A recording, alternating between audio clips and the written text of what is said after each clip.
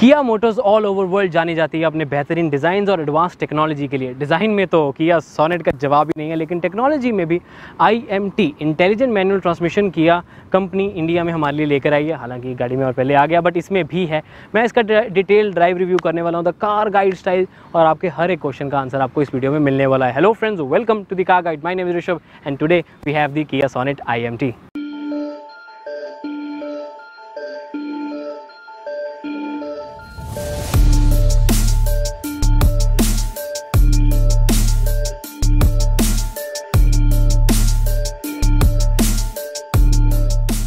अब ये है IMT का HTX प्लस वेरिएंट। अब इसकी अलग ही कुछ स्पेशल चीज़ें हैं। अब हर कोई GTX प्लस अफोर्ड नहीं कर सकता, तो उससे एक नीचे यानी कि HTX प्लस वेरिएंट उनके लिए बहुत ही बढ़िया रहता है। लेकिन क्यों?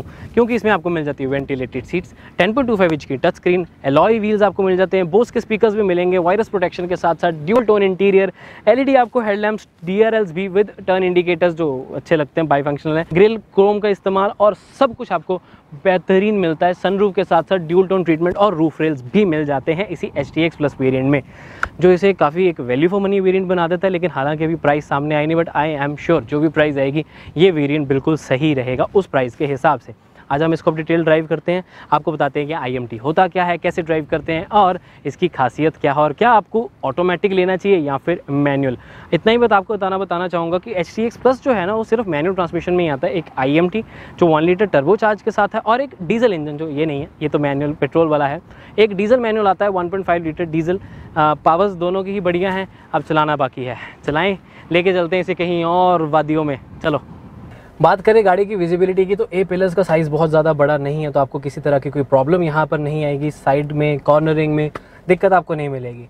सीट की हाइट के अकॉर्डिंगली भी आपको बोनट बहुत अच्छे से दिख जाता है, और IRVM पे भी लुक बहुत ही बढ़िया आती है फॉर श्योर।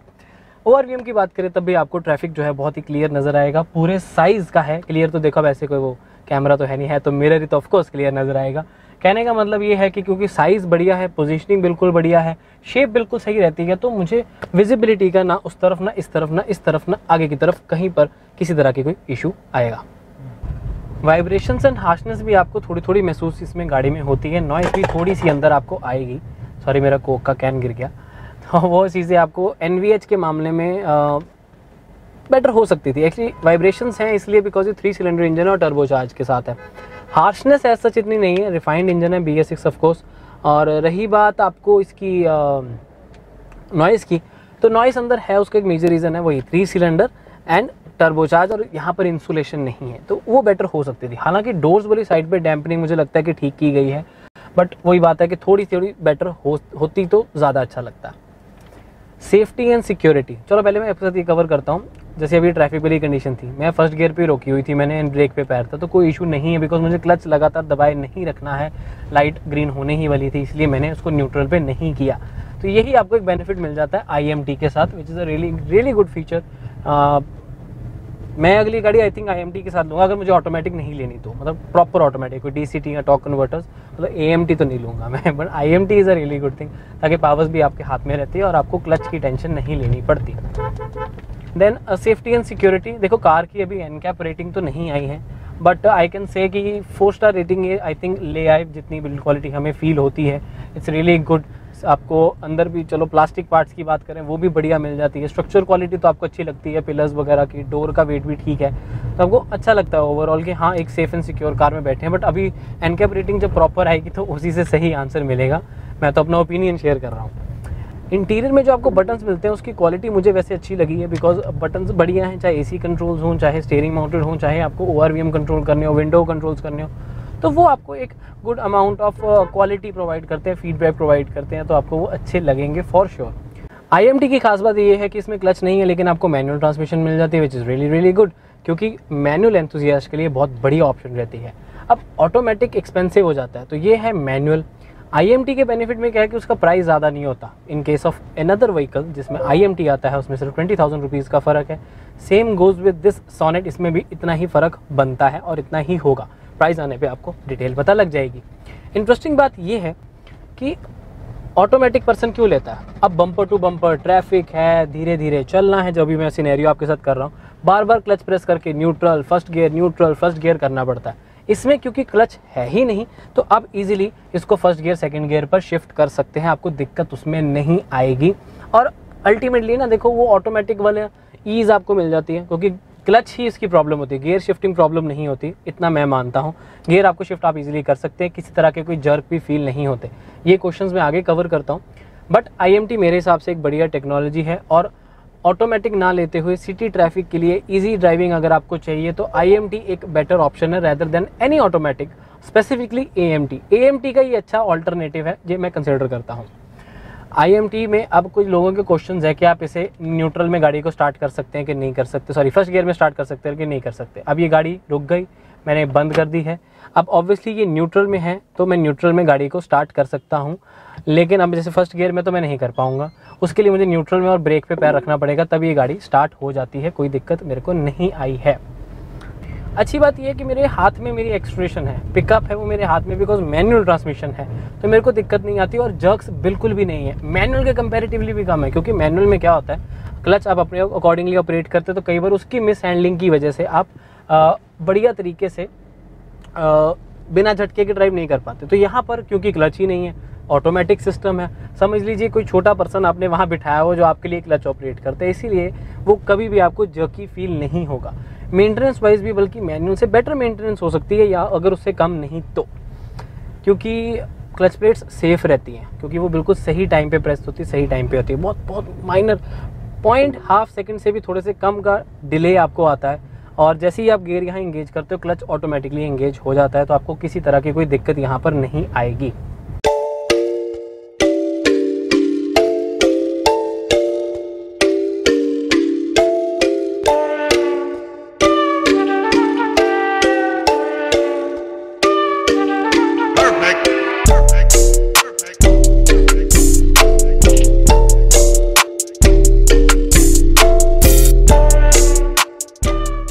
IMT में रही एक्सेलरेशन की बात, तो वहाँ पर भी ऐसा कोई प्रॉब्लम नहीं आती, बिकॉज वो है तो मैनुअली ना।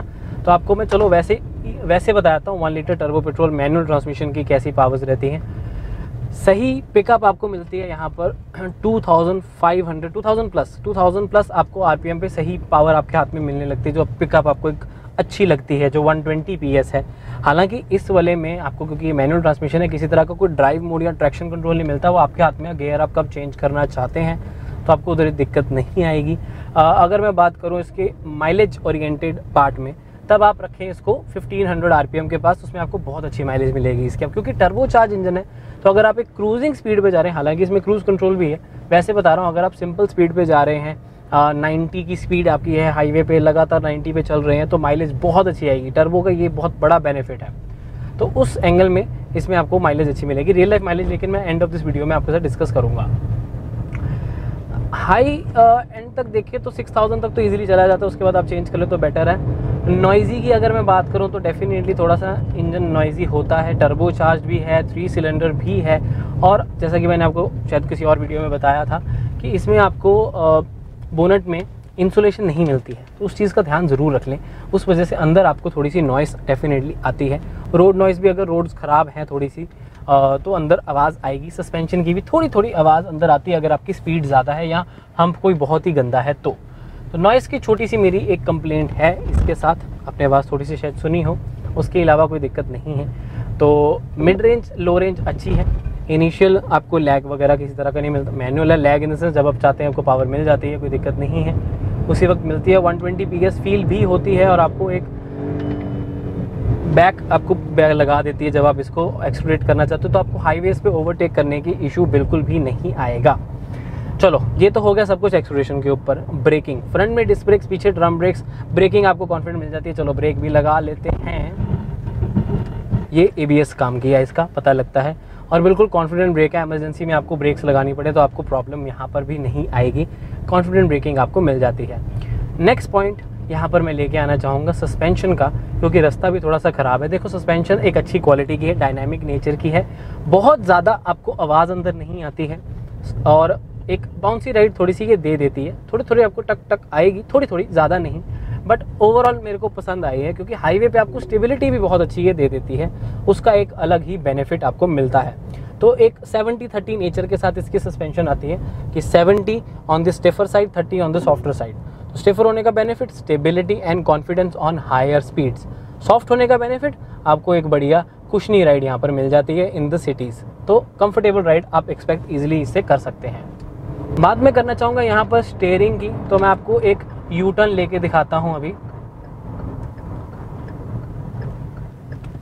यू टर्न में देखो स्टीयरिंग बहुत लाइट है, मैं एक फिंगर से भी इसको इजीली मैनूवर कर सकता हूँ। हालांकि मैं ये बिल्कुल रेकमेंड नहीं करता हूँ, आप इसको मैनूवर कर सकते हैं, बट स्टीयरिंग अब जब लो स्पीड्स हैं, यू टर्न लेना है, सिटी में चलाना है, तो काफ़ी लाइट वेट हो जाता है, आपको ज़्यादा हैवी नहीं लगेगा। टायरिंग बिल्कुल भी नहीं है। हाईवेज़ पे ये थोड़ा सा हैवी होता है, हाईवेज इन द सेंस जब आपकी स्पीड थोड़ी ज़्यादा होती है, 70-80 किलोमीटर पर आवर की जब आप स्पीड बढ़ती रहती है, तो ये वेट स्टीयरिंग का बढ़ता रहता है, जिससे आपको एक कॉन्फिडेंस, स्टेबिलिटी सब कुछ मिल जाएगा on triple digit speeds, no issues at all.